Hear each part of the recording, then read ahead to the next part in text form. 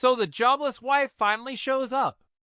Kwame's voice boomed across the restaurant, followed by his friend's cruel laughter.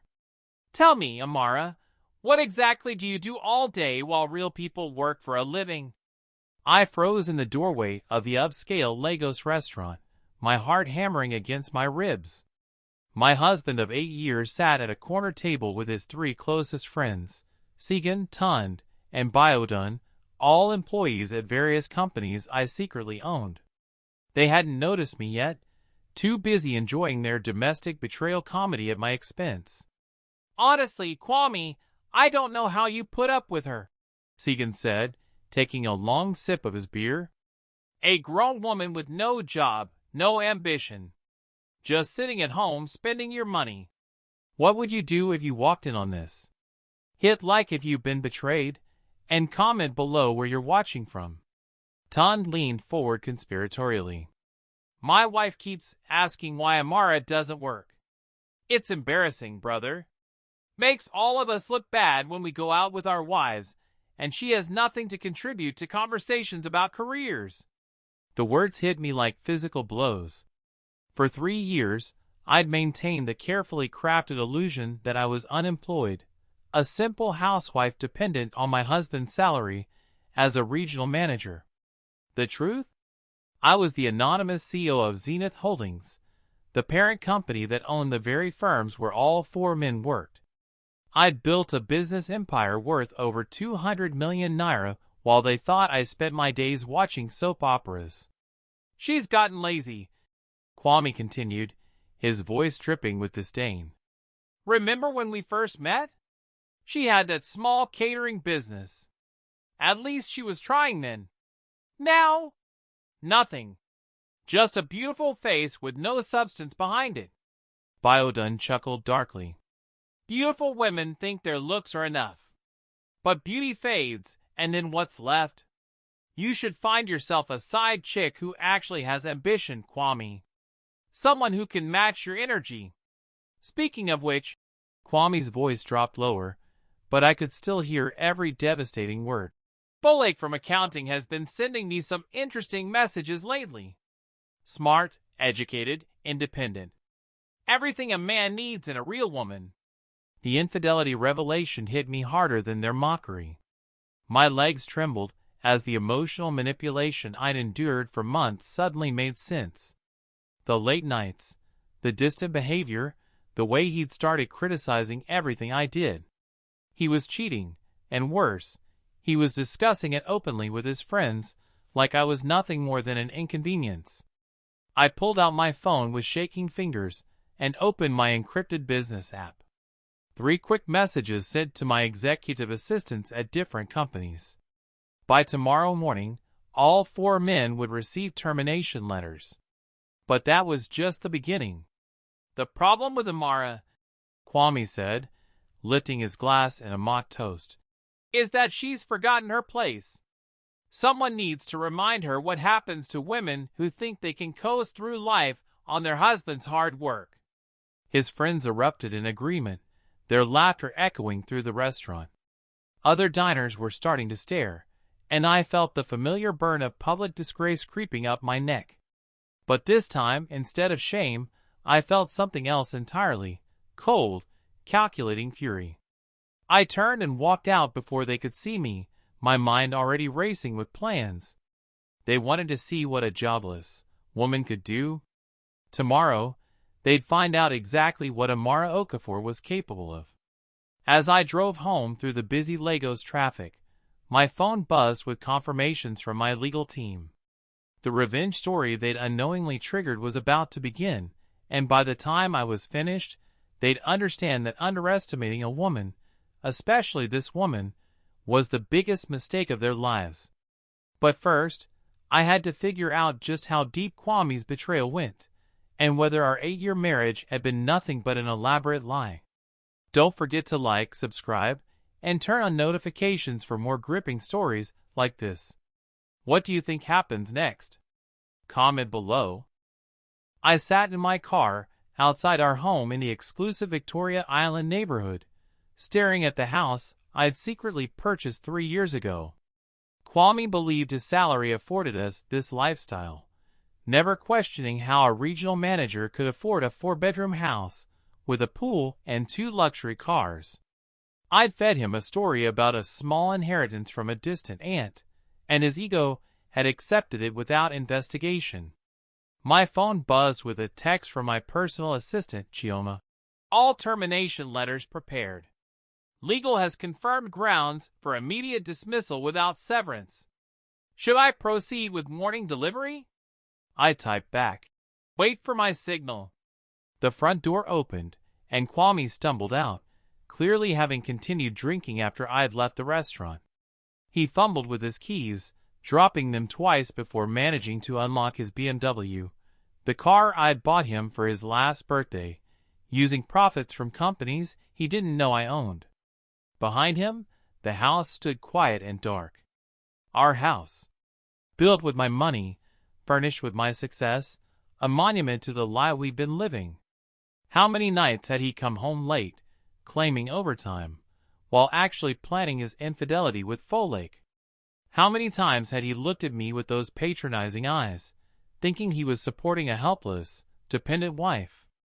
I waited until he drove away, probably to continue his night with his friends or worse, with his side chick, before going inside. The house felt different now, contaminated by the knowledge of his betrayal. I walked through rooms filled with furniture I'd chosen, artwork I'd purchased, electronics I'd paid for, all while he believed himself the provider. In his study, I found exactly what I was looking for.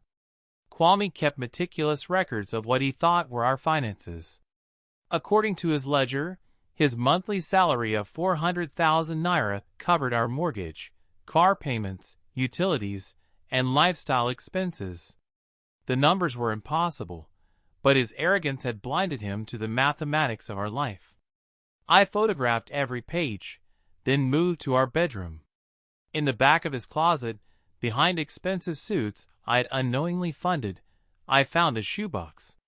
Inside, hotel receipts, restaurant bills for 2, and jewelry receipts for items I'd never received. The cheating spouse evidence was damning, but what hurt more were the dates. Some receipts went back 18 months. This wasn't a recent affair.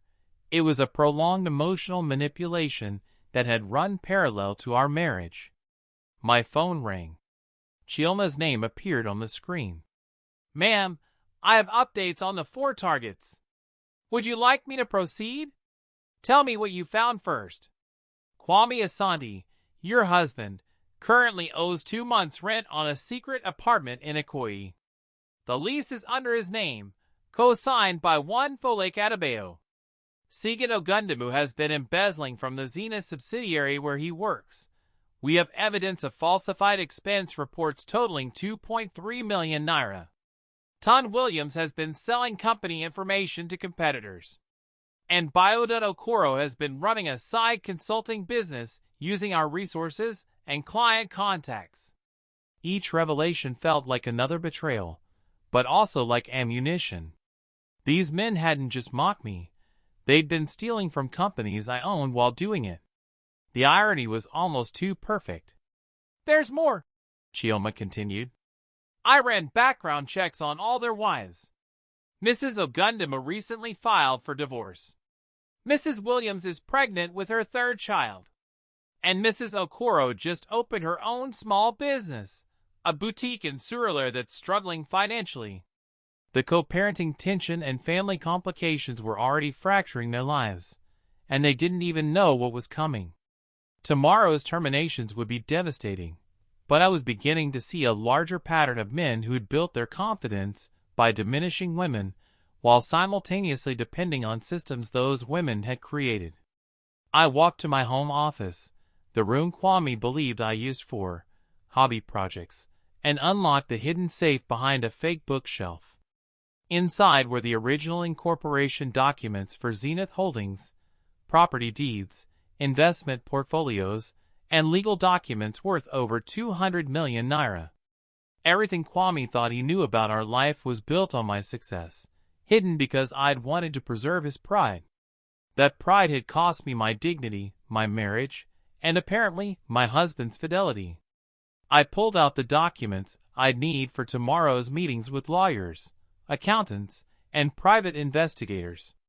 If Kwame wanted to see what a jobless woman could accomplish, I'd show him exactly how much power he'd been mocking.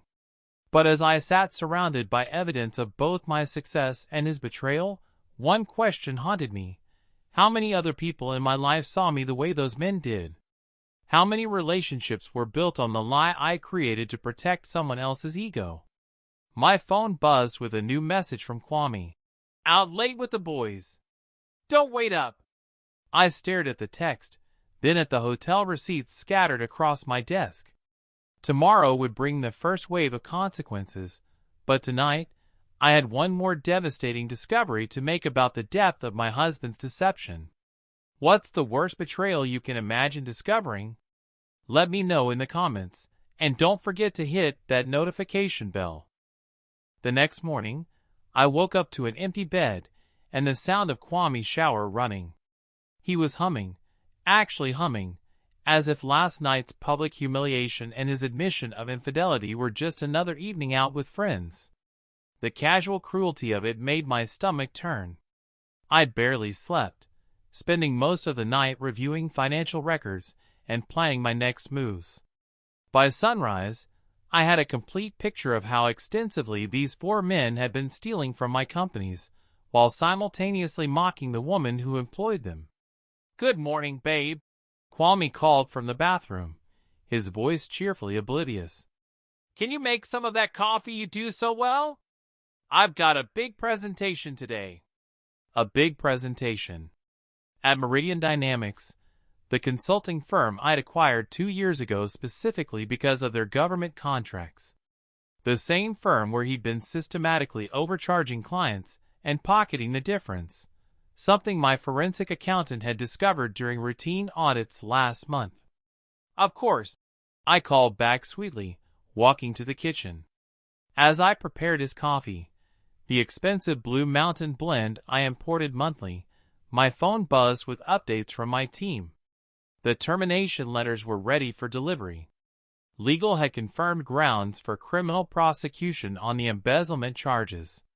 And my private investigator had sent photos from last night, Kwame and Folklore entering the Akui apartment together at 11:47 p.m. I added an extra spoonful of sugar to his coffee. Let him enjoy his last morning as an employed man. Kwame emerged 20 minutes later, dressed in the custom-tailored suit I'd bought him from a designer boutique in London. He looked confident, powerful, successful, everything he believed himself to be. You know, Amara, he said, accepting the coffee mug, maybe it's time you started thinking about getting back into the workforce. Even something small. The wives were talking yesterday about how awkward it is when you can't contribute to conversations about careers. The domestic betrayal wasn't just private. He'd been discussing my supposed failures with other women, turning me into a cautionary tale among our social circle. What kind of work do you think I should look for? I asked, sitting across from him at our breakfast table. Something appropriate, he said dismissively. Maybe reception work, or you could go back to catering. Small scale, nothing too ambitious. You don't want to embarrass yourself by reaching too high. The emotional manipulation was so casual, so practiced, that I wondered how long he'd been systematically undermining my confidence. Had this started months ago, or had he always seen me this way? I'll think about it, I said. Actually, I was thinking of visiting some offices today, getting a feel for what's available. Kwame smiled approvingly.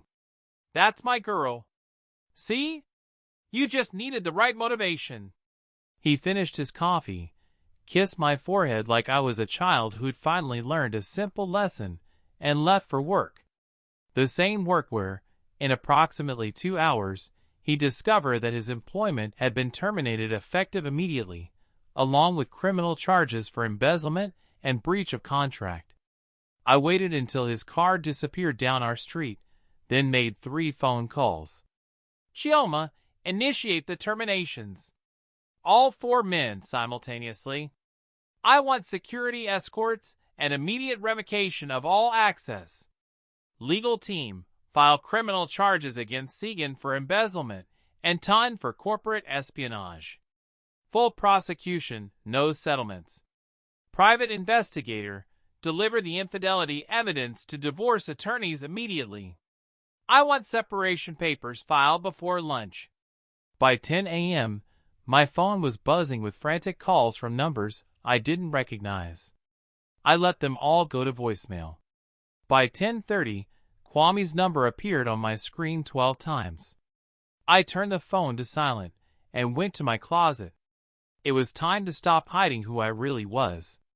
I selected my most expensive business suit, Italian silk, custom-fitted, the kind of outfit that commanded respect in boardrooms.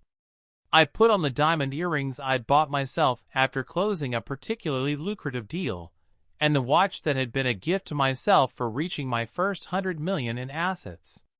When I looked in the mirror, I saw the real Amara Okafor, CEO, entrepreneur, the woman who'd built an empire while her husband mocked her ambition. My phone lit up with a text from an unknown number. "This is Segan. I don't know what's happening, but I just got fired and arrested. The charges mention Zenith Holdings. Do you know anything about this?" Another message from Ton.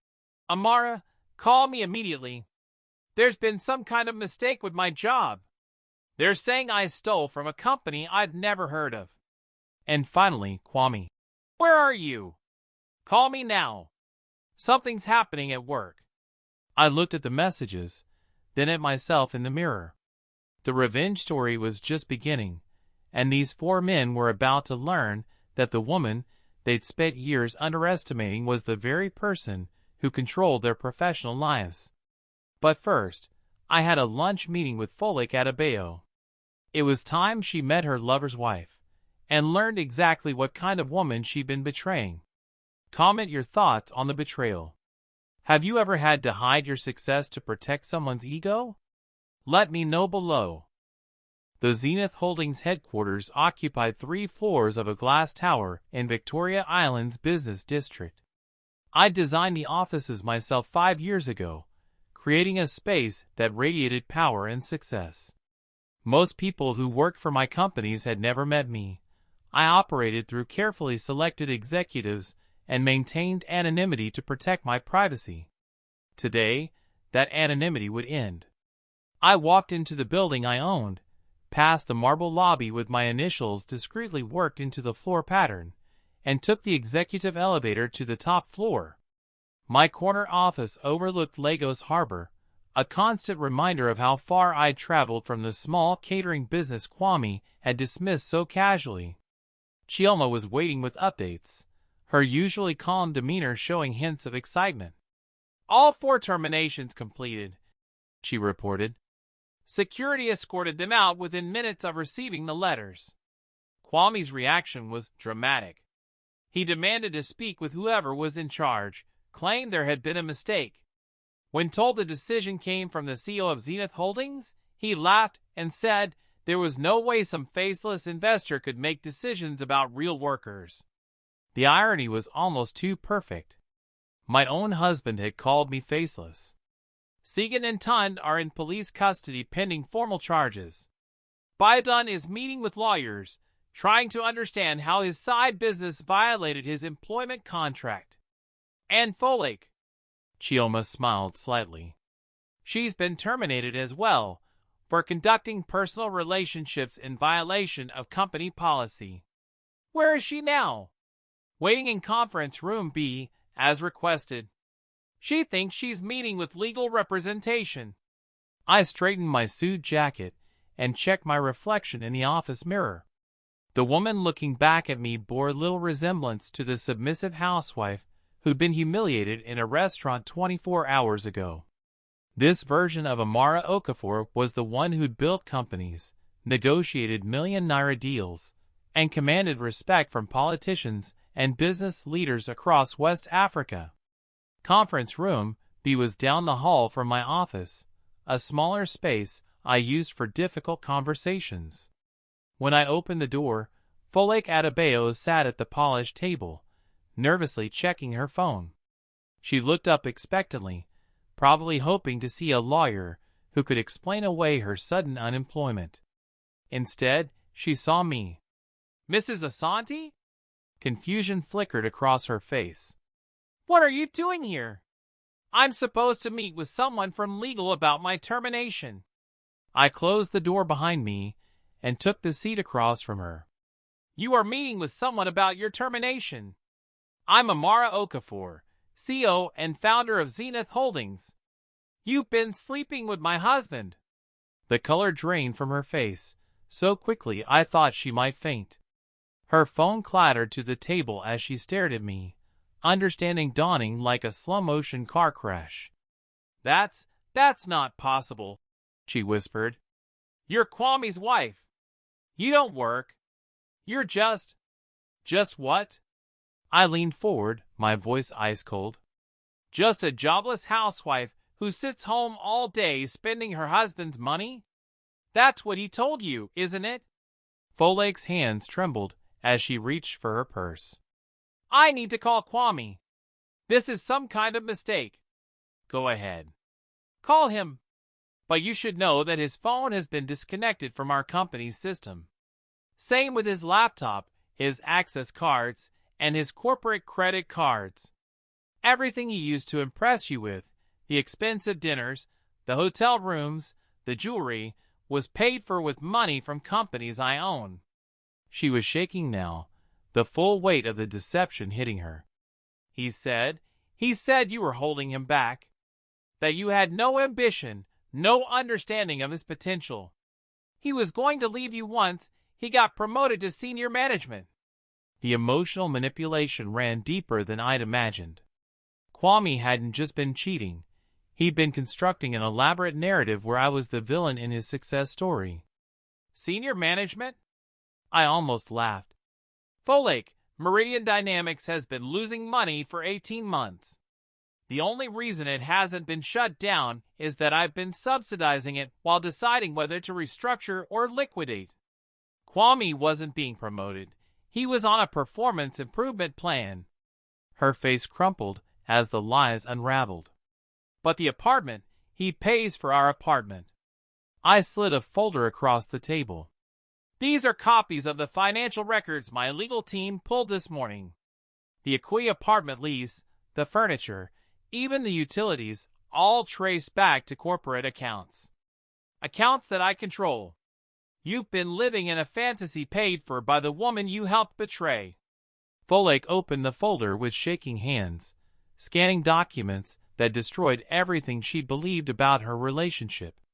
Bank transfers, credit card statements, expense reports, all showing that her romantic life had been subsidized by my success. "Why are you showing me this?" she asked, tears starting to fall. "Because I want you to understand something. Kwame didn't choose you because you were better than me, smarter than me, or more successful than me. He chose you because you believed his lies about who he was. You were easier to manipulate than a wife who might ask difficult questions." I stood up, smoothing my skirt. "The apartment lease expires at the end of the month. The corporate credit cards are already canceled. Everything Kwame used to maintain your relationship was never really his to give." As I reached the door, Folklore called out desperately, "What do you want from me?" I turned back, my expression serious. "I want you to think about why you were so quick to believe that a successful man was trapped by an unsuccessful wife. I want you to ask yourself what that says about how you view other women. And I want you to remember this conversation the next time a married man tells you his wife doesn't understand him." I left her sitting in that conference room, surrounded by the evidence of her own gullibility and my husband's comprehensive deception. But my day was far from over. Kwame would be arriving home soon, expecting to find his submissive wife waiting with dinner and sympathy. Instead, he'd find divorce papers and a woman who was finally done hiding her power. What would you do in Amara's position? Let me know in the comments, and don't forget to share this story with anyone who loves dramatic twists. I arrived home before Kwame, using the time to prepare for what would either be our final conversation as husband and wife or the beginning of a very different kind of marriage. The divorce papers sat on the dining room table next to a bottle of wine and 2 glasses, a civilized setup for an uncivilized discussion. At 6:30 p.m., I heard his key in the lock. His footsteps were heavier than usual, and when he appeared in the doorway, his face was a map of confusion, anger, and something that might have been fear. "Amara." His voice was carefully controlled. "We need to talk." "Yes, we do. Please sit down." He remained standing, his eyes scanning the room as if looking for hidden cameras or witnesses. "Something happened at work today. Something impossible. They're saying I'd been fired by a company I've never heard of, Zenith Holdings. They're claiming I embezzled money and violated corporate policies." I poured wine into both glasses, my movements deliberately calm. "How was your evening with Folklore last night?" The question hit him like a physical blow.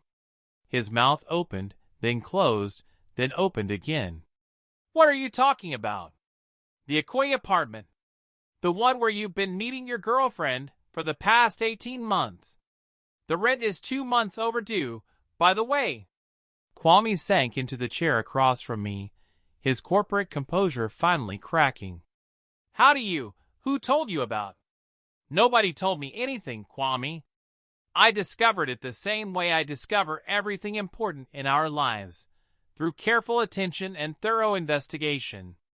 I slid one of the folders across the table. "These are photos from last night.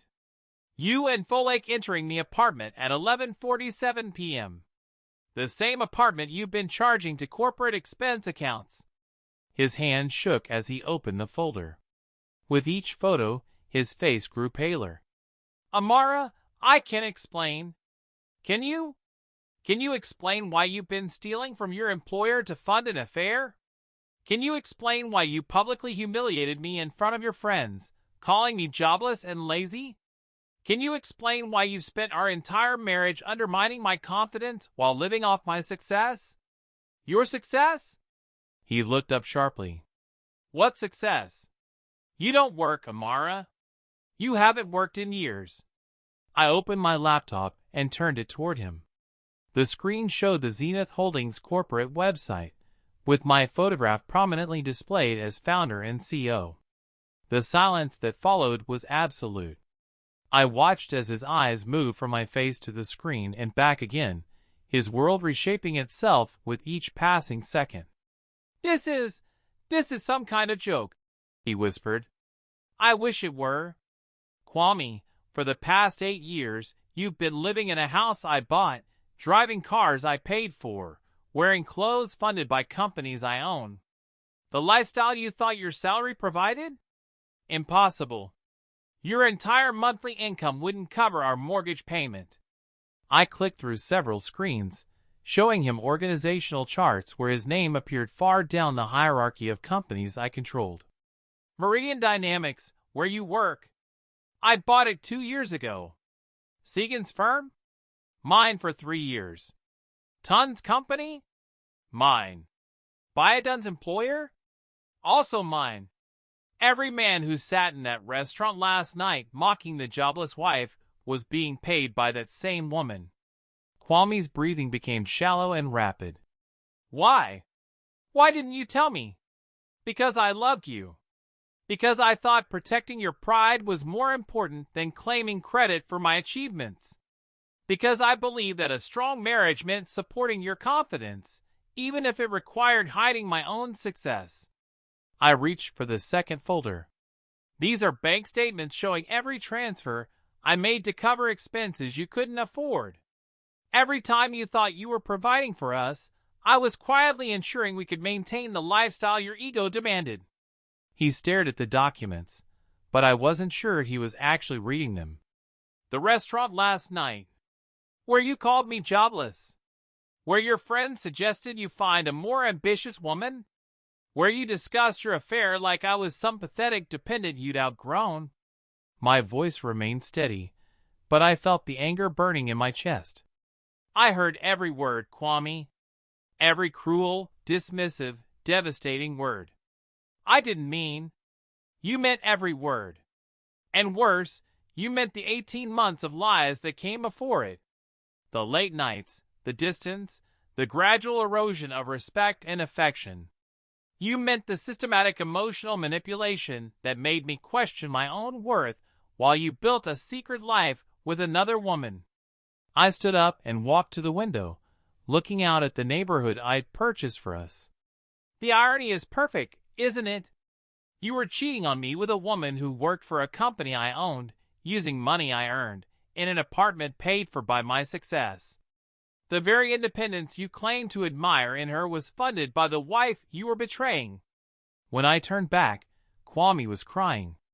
Not the angry tears of a man caught in wrongdoing, but the broken tears of someone whose entire sense of reality had collapsed. "What happens now?" he asked quietly. I gestured to the divorce papers on the table. "That depends on you. We can end this marriage quietly and civilly, with a fair division of assets that are legally mine, but that I'm willing to share. Or we can do this the hard way, with forensic accountants, public disclosure of your embezzlement, and criminal prosecution for theft."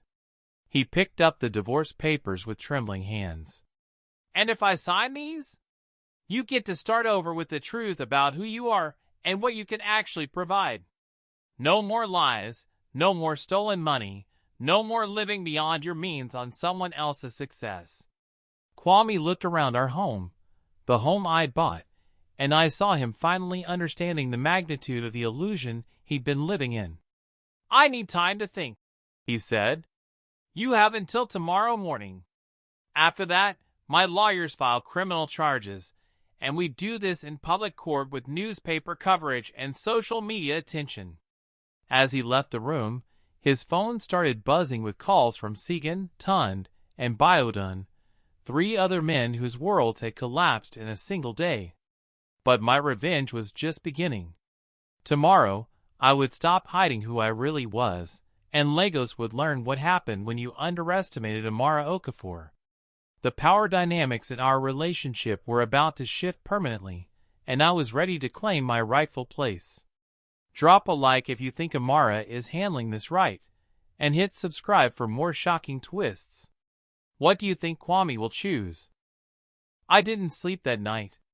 Instead, I sat in my home office, reviewing the empire I built while my husband dismissed me as jobless. 23 companies across Nigeria, Ghana, and Kenya. Real estate holdings worth over 400 million naira. Investment portfolios that generated more passive income in a month than Kwame earned in a year. At dawn, I heard the shower running again, followed by the familiar sounds of Kwame getting dressed for work he no longer had. When he appeared in the kitchen, he looked like he'd aged 5 years overnight. "I signed them," he said quietly, placing the divorce papers on the counter. I felt a mixture of relief and profound sadness. "Thank you. Can I ask you something?" He sat down heavily, looking more broken than angry. "When did you stop loving me?" The question caught me off guard. I'd expected defensiveness, arguments, maybe even attempts at manipulation. I hadn't expected this kind of vulnerable honesty. "I don't know if I have," I admitted. "That's what makes this so painful. I loved you enough to hide my success. I loved you enough to let you believe you were providing for us. I loved you enough to protect your pride at the expense of my own identity." Kwame's eyes filled with tears. "Then why can't we?" "Because you didn't love me enough to stay faithful. You didn't love me enough to respect me in public. You didn't love me enough to see me as anything more than a pretty accessory to your imaginary success." I poured myself coffee from the machine he'd never learned to operate. Too expensive, too complicated for someone who thought his wife had no technical skills. "What you loved," I continued, "was the version of me that made you feel superior. The moment I became successful enough to threaten your ego, you created a narrative where I was lazy and dependent. You needed me to be small so you could feel big. He nodded slowly, understanding finally dawning. The catering business. What about it? You didn't fail at it. I made you feel like it was taking too much time away from our relationship. I complained every time you worked late or took weekend events. I made it seem selfish for you to pursue your dreams. The memory hit me like a physical blow. He was right. 5 years ago, when my catering company was growing rapidly, Kwame had started a campaign of subtle sabotage. Comments about how I was never home anymore. Suggestions that successful marriages required sacrifice. Romantic dinners planned deliberately on the same nights as important events I'd booked months in advance. I shut down a successful business because I thought saving our marriage was more important than building my career, I said. What I didn't realize was that the business was never the threat. My success was. Kwame buried his face in his hands. I destroyed us both. No, you destroyed yourself. I survived by building something bigger and better, but I built it in secret because I had learned that loving you meant hiding my strength. My phone buzzed with a message from Chioma. Media requests coming in. Word is spreading about yesterday's terminations. How do you want to handle publicity? I'd known this moment would come. For years, I'd operated in the shadows, letting male executives be the public faces of my companies. Today, that would change. I have a meeting this morning, I told Kwame. By the time I get back, I'd like you to be gone. Take what's yours, but remember, most of what you think is yours was actually purchased by me. He looked around the kitchen, and I saw him mentally cataloging items, realizing how little he could legitimately claim. Where will I go? That's not my problem anymore. You're 42 years old, Kwame. You have skills and experience. You can find another job and rebuild your life based on your actual capabilities instead of stolen resources. I grabbed my car keys and headed for the door. And Kwame, when you do rebuild, remember this. The next woman you fall in love with deserves to know who you really are from the beginning. Don't make her hide her light so you can shine brighter. 2 hours later, I stood in the conference room of Lagos's most prestigious law firm, facing a room full of reporters, business journalists, and television cameras. For the first time in 8 years, I was about to introduce myself to the world as Amara Okafor, CO. Ladies and gentlemen, the senior partner announced, I'd like you to meet the founder and chief executive officer of Zenith Holdings, one of West Africa's most successful investment companies. The cameras flashed as I stepped forward, no longer hiding behind anonymity or someone else's insecurities. The woman they were photographing bore no resemblance to the jobless wife, who'd been mocked in a restaurant 2 days ago. Thank you for coming, I began, my voice steady and confident. Today, I'm announcing several changes to our corporate structure, including new transparency requirements for all subsidiary companies and a zero-tolerance policy for embezzlement and corporate fraud. The questions came fast and sharp. Who was I? How long had I been operating in secret? Why reveal myself now? I'm revealing myself now, I said, looking directly into the television camera, because I've learned that hiding your success to protect someone else's ego is a form of betrayal. Betrayal of yourself, your potential, and everyone who could benefit from your achievements. By afternoon, my story was trending on social media. Photos of me in boardrooms, at ribbon cuttings, accepting awards I'd never publicly claimed, all released by my public relations team to establish my legitimate business credentials. But the most viral post was a video someone had secretly recorded at the restaurant 2 nights ago, showing 4 men mocking a woman they called Jobless while sitting in a restaurant, wearing clothes, and living lifestyles all funded by her success. The public disgrace was complete, but it wasn't mine anymore. The revenge story had become a story of revelation, and I was finally ready to live as the woman I'd always been. What's your take on Amara's decision to go public? Comment below and share this story if you believe women should never have to hide their success. The response to my public revelation was immediate and overwhelming. Within hours of the press conference, my phone was buzzing with calls from business partners who hadn't realized they'd been working with me for years, congratulations from other female entrepreneurs, and interview requests from major news outlets. But the most significant call came from an unexpected source. "Mrs. Okafor? This is Adunni Williams, Tun's wife." The voice was shaky but determined. "I saw the news about what happened. I need to talk to you." I was sitting in my office, reviewing the flood of business opportunities that had emerged since going public, when her call came through my personal line. "Mrs. Williams, I'm sorry about your husband's situation, but—" "No, please, let me speak. I'm not calling to defend him or ask for mercy.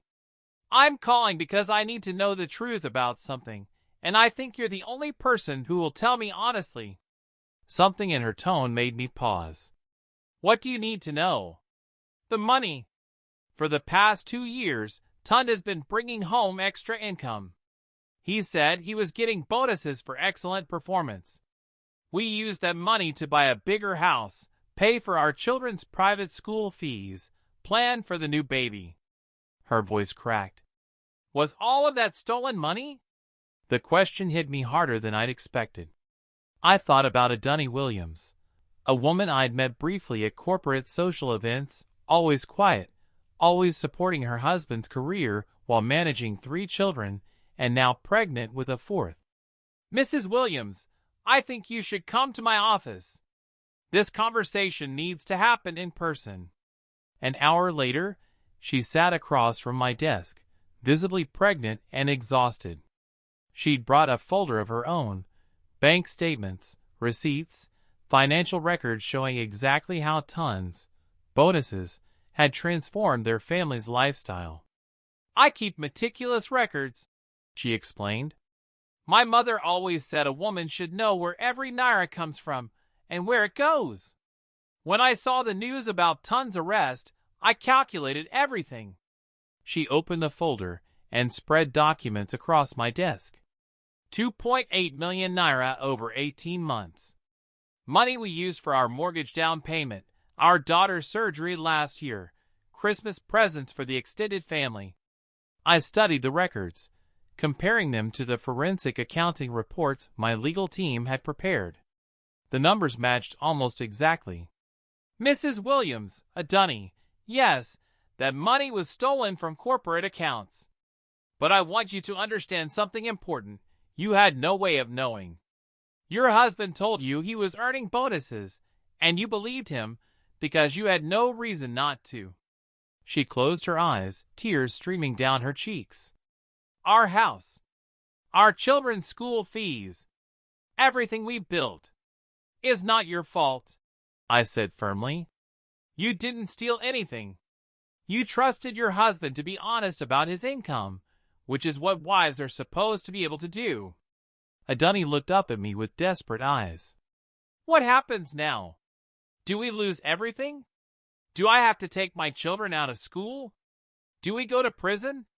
The legal reality was complicated, but the human reality was clear. This woman and her children were innocent victims of their husband and father's greed and dishonesty. "The legal proceedings will focus on Tund, not on you or your children. However, any assets purchased with stolen money are technically recoverable by the court." Her face crumpled. "So we lose our home?" I leaned forward, making a decision that surprised even me. "Not necessarily. I'm going to propose something to my legal team. We'll structure a restitution agreement that allows you to keep the house and maintain your children's education in exchange for a long-term payment plan based on legitimate income." "Why would you do that?" "Because I understand what it's like to have your world turned upside down by your husband's deception. Because your children didn't choose to have a father who steals. And because women need to support each other, especially when the men in our lives fail us." Adunni wiped her tears and straightened her shoulders. There's something else I need to tell you. About the other wives. What about them? We talk, you know. Segan's wife, Biodun's wife, even some of the other corporate wives. For months, we've been hearing stories about this mysterious female CEO who is supposedly buying up companies but never showing her face in public. My stomach tightened. What kind of stories? Rumors that she was a foreign investor, or maybe a front for international money. Some people said she must be someone's daughter or wife, using family money to play businesswoman. The men especially seemed to find it amusing, this invisible woman pretending to run companies.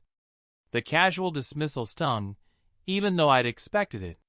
Did your husbands participate in these conversations? Adunni nodded reluctantly. Ton used to joke that whoever she was, she probably had no idea what she was doing. He said it was typical of women to inherit money and think that made them business experts.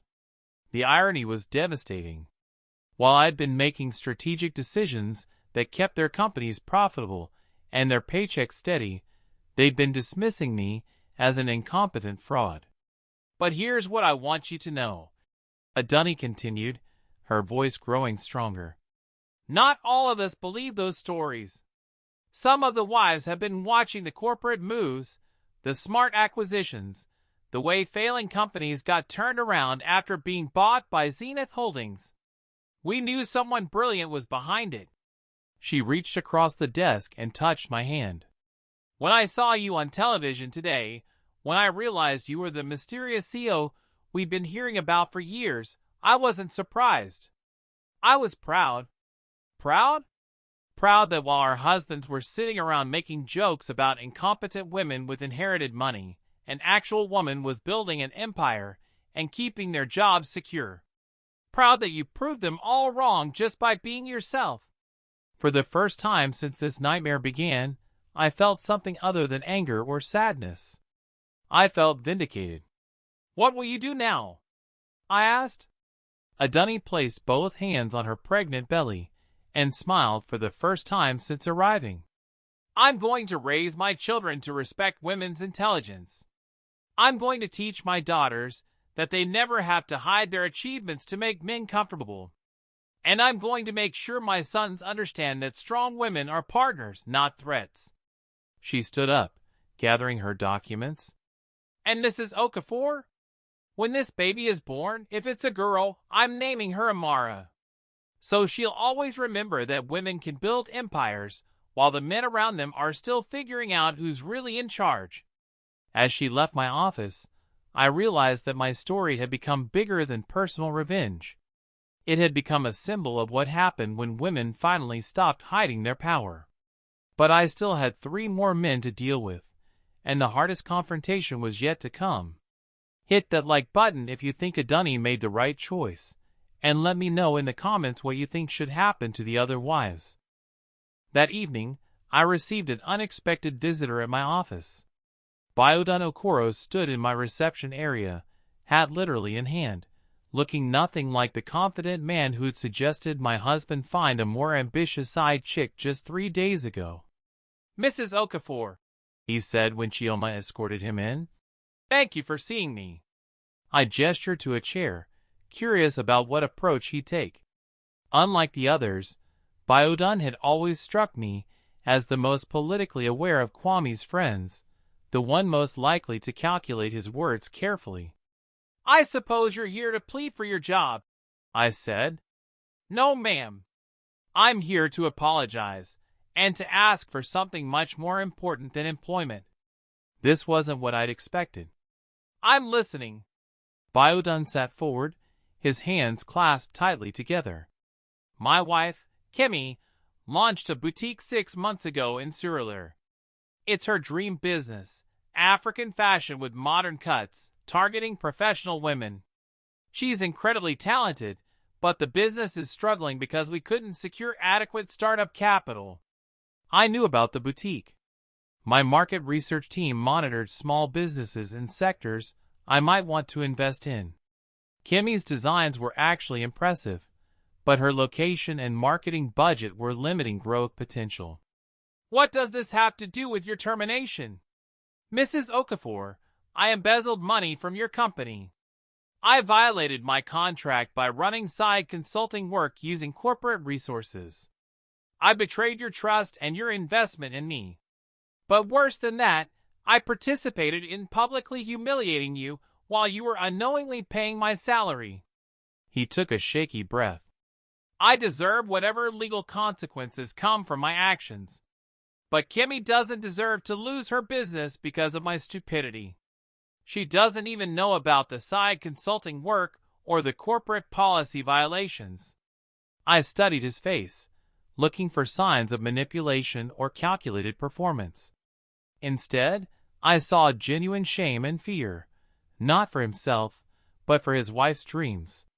What exactly are you asking for? Don't prosecute me criminally.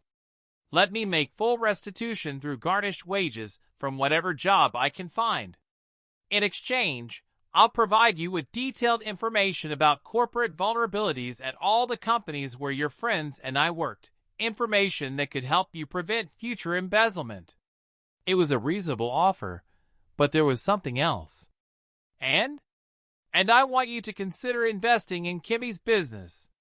Not because of any debt you owe me nothing. But because she's genuinely talented and deserves a chance to succeed based on her own merits, not her husband's failures. I opened my laptop and pulled up the file my research team had prepared on KO Boutique. The financials were weak, but the customer reviews were outstanding. Photos of Kimmy's design showed sophisticated work that could compete in high-end markets with proper backing. Has your wife asked you to make this request? Biodun shook his head emphatically. She doesn't even know I'm here. When she finds out about my termination and the reasons behind it, she'll probably divorce me. She married a man she thought had integrity. Why should I help her when you betrayed me? Because helping her isn't about me. It's about supporting a talented African woman who's trying to build something meaningful. It's about proving that women's success doesn't have to come at the expense of other women. The answer surprised me with its insight. For all his faults, Biodun understood the broader implications of what had happened. There's something else I need to tell you, he continued, about the conversation at the restaurant the other night. I heard enough. You heard the worst of it, but not all of it. After we thought you left, Kwame told us about the apartment he's been keeping with Folklore. He bragged about how easy it was to fool you, how you never questioned where he got money for expensive dates and gifts. My jaw tightened. Even after everything, learning about additional layers of deception still stung. But here's what I want you to know. Segan pushed back. He said it wasn't right, that you were a good woman who deserved better. Tund agreed. They told Kwame he was making a mistake, that if he wasn't happy in his marriage, he should end it honestly instead of cheating.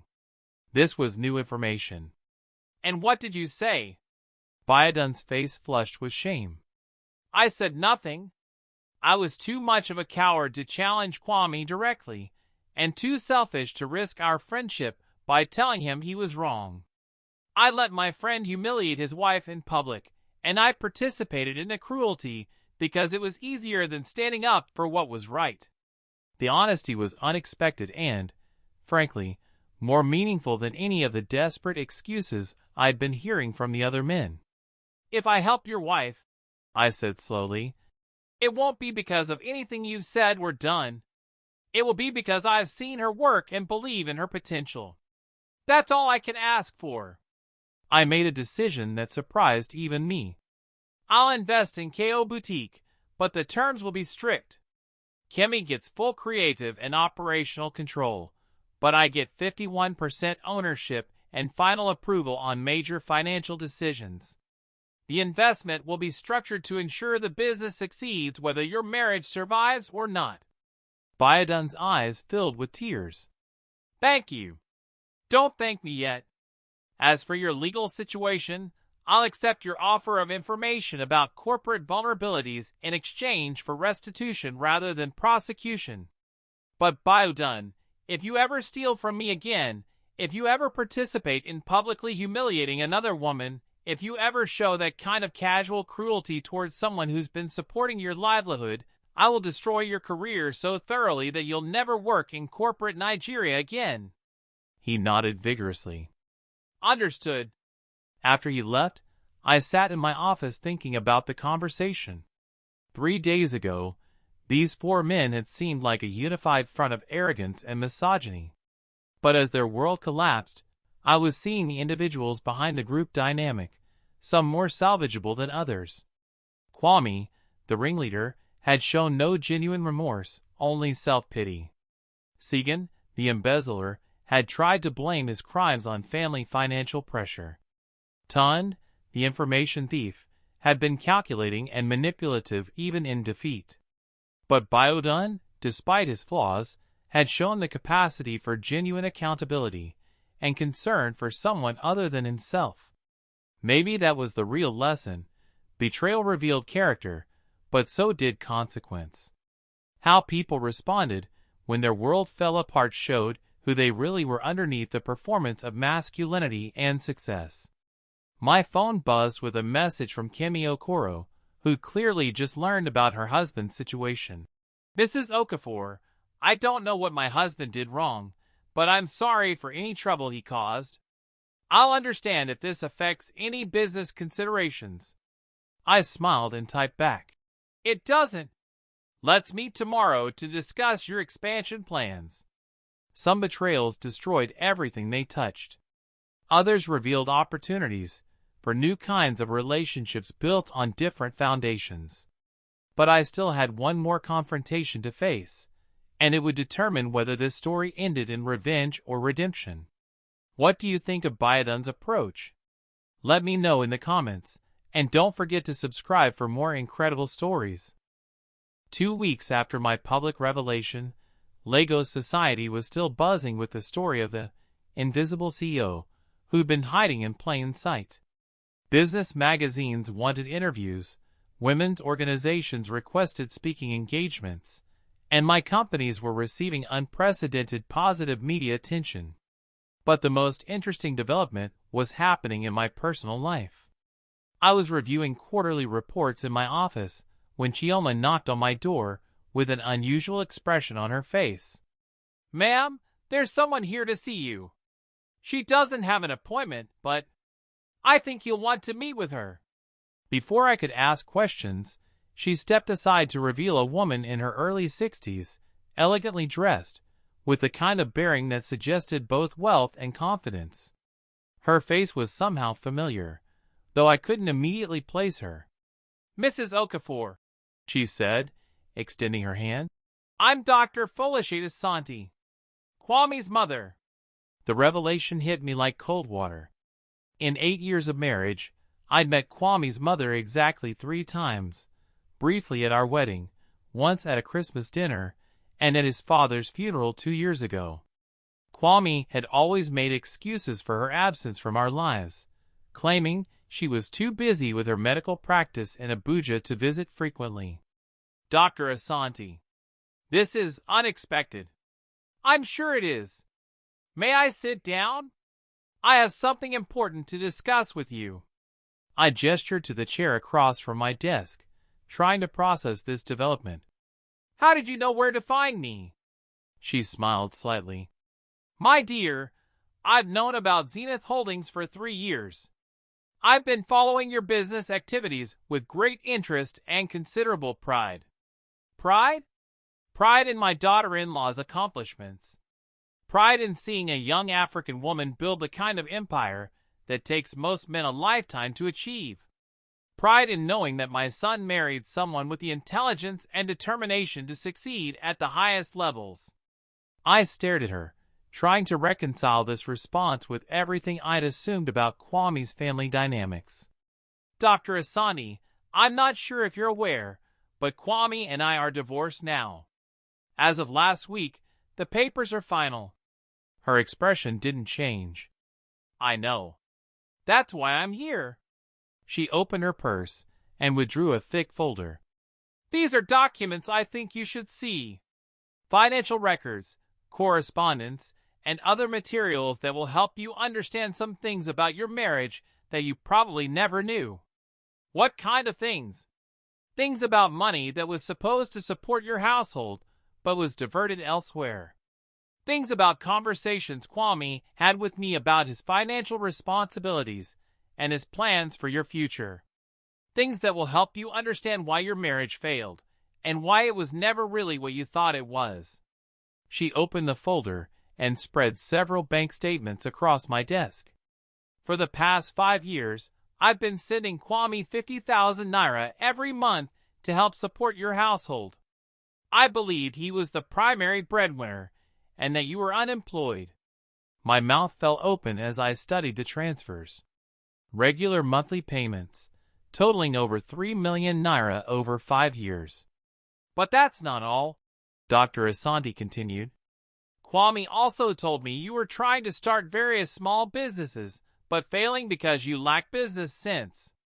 He asked for additional money several times to invest in your ventures and help you succeed. She showed me records of larger transfers. 200,000 naira for Amara's catering equipment, 300,000 naira for Amara's boutique inventory, 150,000 naira for Amara's event planning startup. I gave him over 1 million naira specifically intended to support your business dreams, she said quietly. Money that I now realize you never received. The scale of the deception was breathtaking. Not only had Kwame been living off my success while mocking my ambition, he'd been stealing from his own mother while using my supposed failures as justification. Dr. Asante, I had no idea. Of course you didn't. But there's more. She pulled out printed emails. These are messages Kwame sent me over the years, describing your various business failures and asking for advice on how to motivate you to be more ambitious. I read the emails with growing horror and anger. In them, Kwame portrayed me as lazy, unmotivated, and financially irresponsible. He complained about my unrealistic business ideas and my tendency to give up when things get difficult. He asked his mother for advice on how to encourage me to develop a stronger work ethic. The most painful part, Dr. Asante said, is that I believed him. I thought my daughter-in-law was a lovely woman but lacked the drive to succeed in business.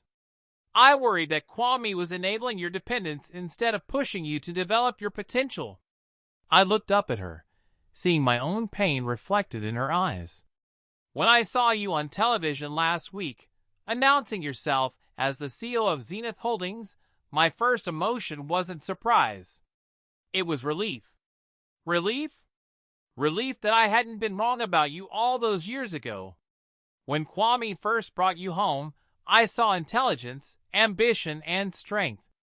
I saw a woman who could be a true partner to my son and an asset to our family. But as the years passed and I heard these stories about failed businesses and lack of motivation, I began to doubt my initial impression. She leaned forward, her voice intense with emotion. Finding out about your success didn't shock me, Amara.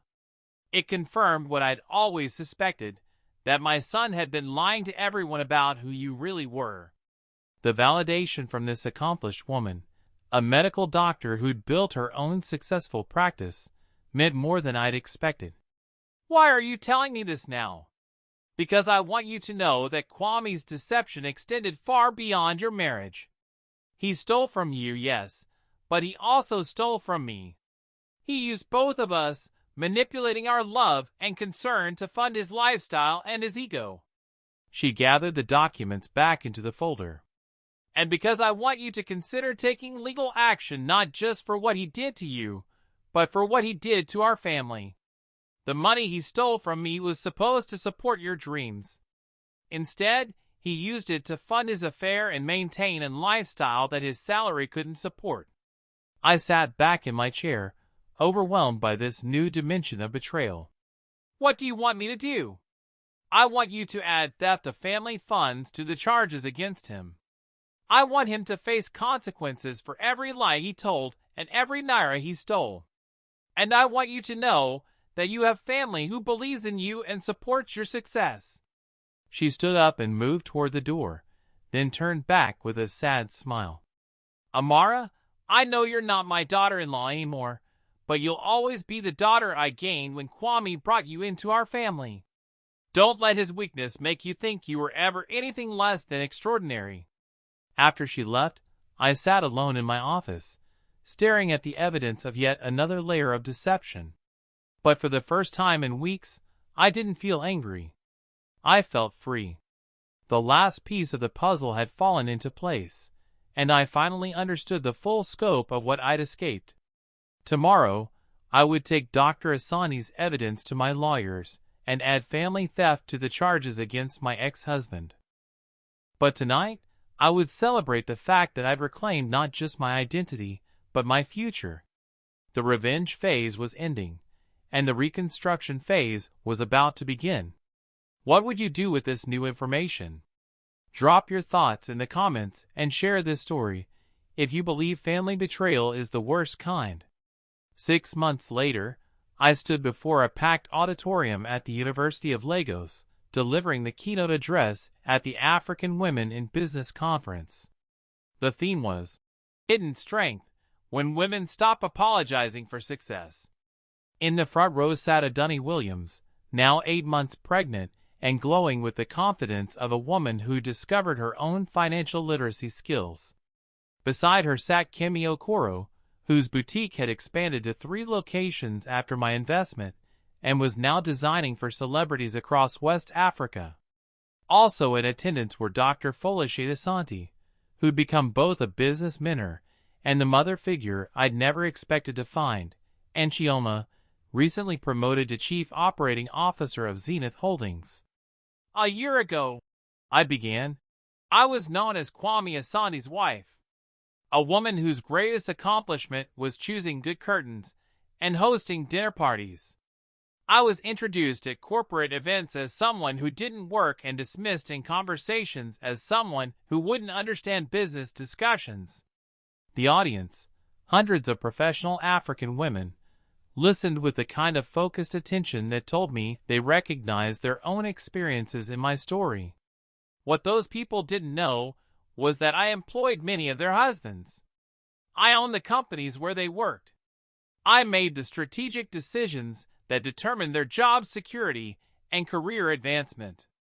I was supporting their lifestyles while they mocked my supposed lack of ambition. Murmurs of recognition and anger rippled through the crowd. But here's what I learned from that experience. Hiding your success to protect someone else's ego is not love. It's not sacrifice. It's not noble. It's a form of self-betrayal that ultimately helps no one. I clicked to the next slide, showing a graph of Zenith Holdings' growth over the past 6 months. Since revealing my identity and taking public control of my companies, our profits have increased by 40%. Our employee satisfaction scores have risen dramatically. Our community investment programs have expanded into education and women's entrepreneurship. More clicks showed photos of the programs we'd launched. Microfinance initiatives for women-owned businesses, mentorship programs for young female entrepreneurs, and scholarships for girls pursuing STEM education. This growth didn't happen because I suddenly became more competent. It happened because I stopped pretending to be less capable than I actually was. It happened because authentic leadership that doesn't require deception or diminishment, is simply more effective. I paused, making eye contact with women throughout the audience. How many of you have minimized your achievements to make others comfortable? How many have let credit for your ideas go to men who spoke louder? How many have apologized for taking up space in rooms where you had every right to be? Nearly every hand in the auditorium rose. The domestic betrayal I experienced, the infidelity, the financial theft, the public humiliation was devastating. But it was also liberating. It forced me to stop protecting someone else's insecurity and start honoring my own accomplishments. I clicked to a final slide showing the current state of the 4 men who'd mocked me in that restaurant nearly a year ago. Kwame Asante was sentenced to 18 months in prison for embezzlement and theft of family funds. He's currently serving his sentence and working in the prison's accounting department at minimum wage. A few people in the audience laughed, but I kept my tone serious. Sigan Ogundamu was prosecuted for embezzlement and received 2 years probation with full restitution. He's now working as a bookkeeper for a small firm and has moved back in with his parents while his divorce is finalized. Ton Williams received 18 months probation for corporate espionage and theft of proprietary information. His wife, Adunni, filed for divorce but decided to reconcile after he completed anger management counseling and agreed to complete transparency about all financial matters. Their 4th child was born healthy 2 months ago. Biodun Okoro received probation and community service in exchange for providing information about corporate security vulnerabilities. He and his wife separated for 6 months but recently reconciled after extensive counseling. He now works for a non-profit organization focusing on ethical business practices. I looked out at the audience, seeing the mixed reactions these updates prompted. I'm not telling you these outcomes to suggest that revenge is the goal. I'm telling you because consequences matter. When women stop protecting men from the results of their actions, those men either change or they don't. Either way, the women are free to build lives based on truth instead of enabling lies. The applause was thunderous, but I held up a hand to continue. Today, Zenith Holdings employs over 2,000 people across 4 African countries. 60% of our executive positions are held by women. We've invested over 50 million naira in women-owned businesses in the past year alone. We're proof that when women stop hiding their strength, entire communities benefit. I moved away from the podium, speaking directly to the women in front of me. The question isn't whether you're capable of great things. You are? The question is whether you're willing to stop apologizing for that capability. Whether you're ready to take up the space you've earned. Whether you're prepared to let your success speak for itself instead of whispering it from the shadows. The standing ovation lasted nearly 5 minutes. As women throughout the auditorium rose to their feet, I saw recognition, determination, and permission in their faces. Permission to stop hiding, stop minimizing, stop protecting other people's comfort at the expense of their own truth. After the event, as I assigned books and took photos with attendees, a young woman approached me with tears in her eyes.